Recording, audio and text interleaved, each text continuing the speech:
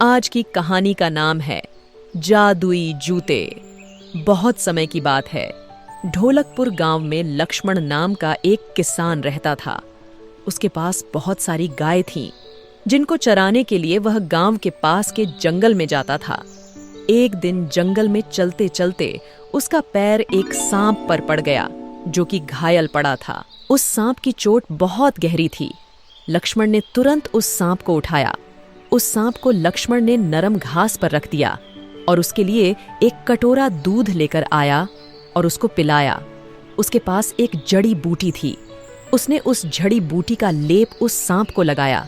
जड़ी बूटी के लगाते ही उस सांप ने एक देवता का रूप ले लिया और उस देवता ने लक्ष्मण से कहा, मैं एक इच्छाधारी नाग देवता हूँ। मैं इस जंगल में घायल हो गया था। तुम बहुत अच्छे इंसान हो।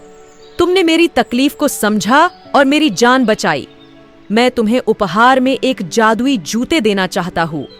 फिर देवता ने एक मंत्र पढ़ा और एक जोड़ी जूते प्रकट हो गए और वो जूते उन्होंने लक्ष्मण को दे दिए। और देवता ने लक्ष्मण के कान में एक मंत्र भी बताया। देवता ने लक्ष्मण को यह भी बताया कि जब भी तुम इन जादुई जूतों को पहनोगे और मेरे बताए मंत्र को बोलोगे तो तुम गायब हो जाओगे।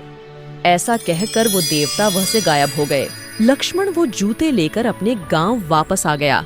समय बीतता गया। एक बार लक्ष्मण को थोड़े धन की आवश्यकता पड़ गई, क्योंकि उसको नई गाय खरीदनी थी।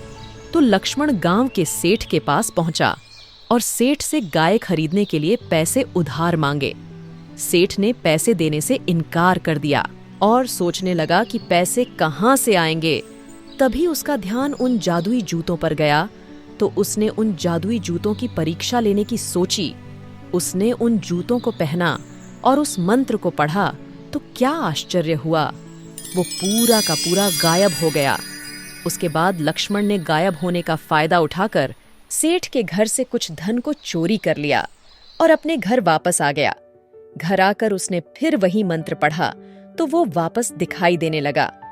इसके बाद लक्ष्मण को जब भी पैसों की जरूरत होती तो वो गांव के घरों से जादुई जूतों की मदद से पैसे चोरी कर लेता था।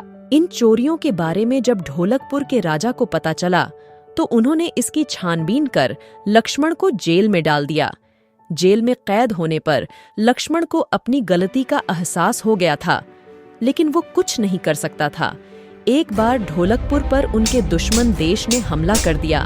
ढोलकपुर के राजा और उनकी सेना ने दुश्मन देश की सेना से बहुत मुकाबला किया, लेकिन दुश्मन सेना के सामने उनकी शक्ति कम पड़ रही थी। यह सारी जानकारी जब जेल में लक्ष्मण को पता चली तो उसने एक तरकीब लगाई और राजा से मिलने की इच्छा जताई। राजा ने लक्ष्मण को मिलने के लिए अपने दरबार में बुला लिया। लक्ष्मण ने राजा से कहा, महाराज, मैं इस जंग में आपकी सहायता करना चाहता हूँ। मुझे कुछ दिनों के लिए छोड़ दीजिए।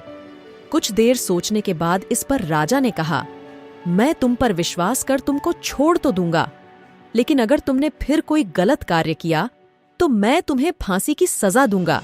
लक्ष्मण ने राजा को भरोसा दिया और राजा ने उसको छोड़ दिया।